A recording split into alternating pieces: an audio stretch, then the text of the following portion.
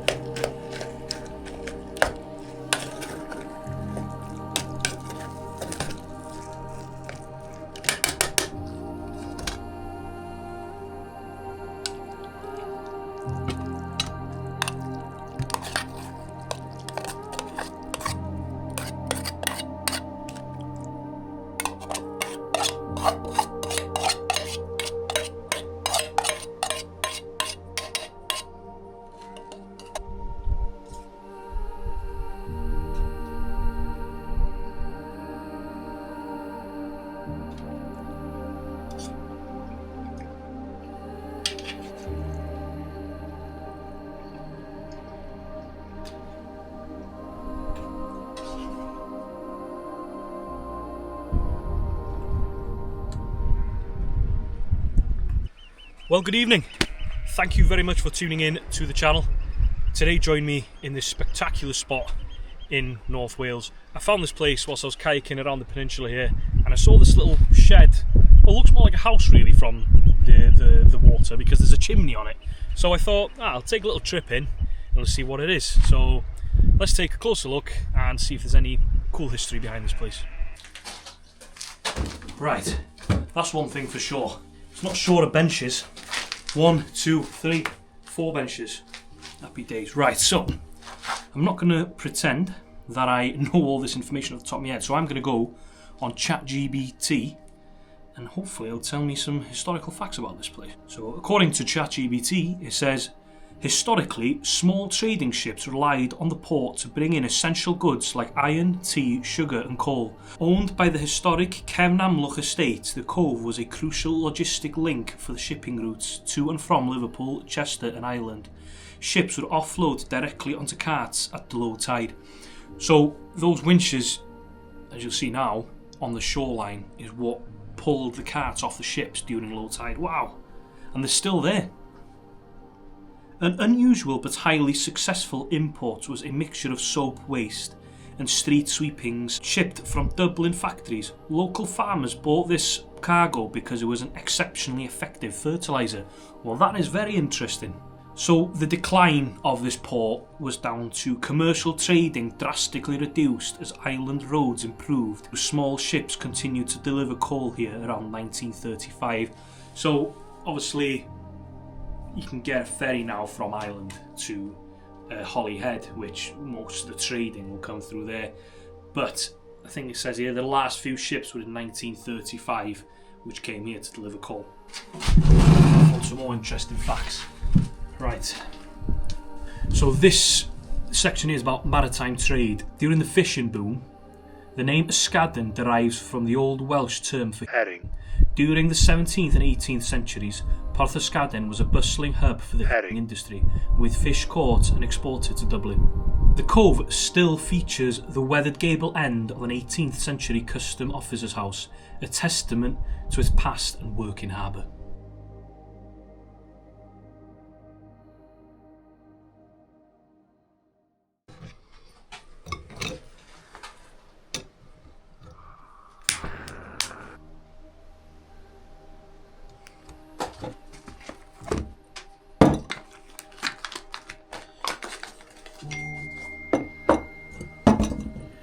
Yes, I might eat both, but I won't film the second one.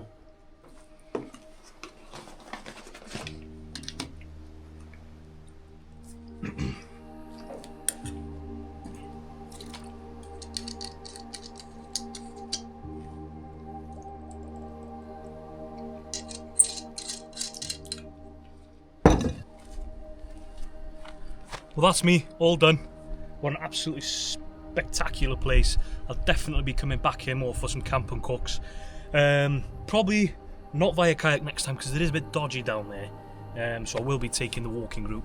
But thank you very much for watching. I hope you enjoyed and hope you learned something new about the west coast of Wales.